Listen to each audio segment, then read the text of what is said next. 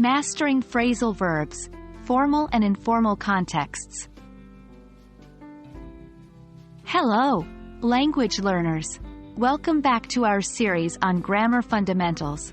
Today, we're diving into the world of phrasal verbs, specifically focusing on how they fit into formal and informal language. Understanding this topic is essential because it helps us know when and where to use these phrasal verbs appropriately.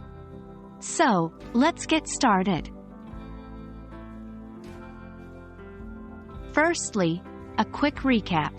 Phrasal verbs are verbs combined with prepositions or adverbs. They often carry a unique meaning that is different from the individual words. For instance, give up is a phrasal verb that means to quit. Now, when it comes to formal writing or speaking, like in a business email, academic paper, or a professional speech, we tend to avoid phrasal verbs. Why is this?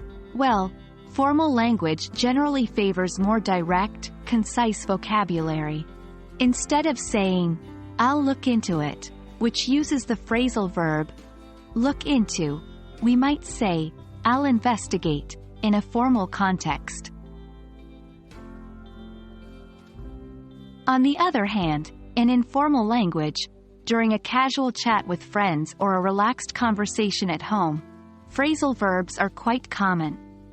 They add a sense of colloquial familiarity and ease to our language. Saying, "I'll look into it," feels less stiff and more friendly than, "I'll investigate."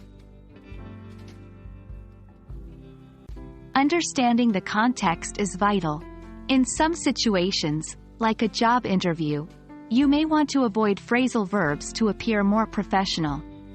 In contrast, if you're chatting with native English speakers at a party, using phrasal verbs can make your language sound more natural and fluent. Let's practice with some examples. How would you say the following sentences in a more formal language? 1. I ran into my teacher at the supermarket. 2. Can you fill in this form for me? 3. We need to think up a new strategy. Remember, the key here is to replace the phrasal verb with a more formal verb or verb phrase.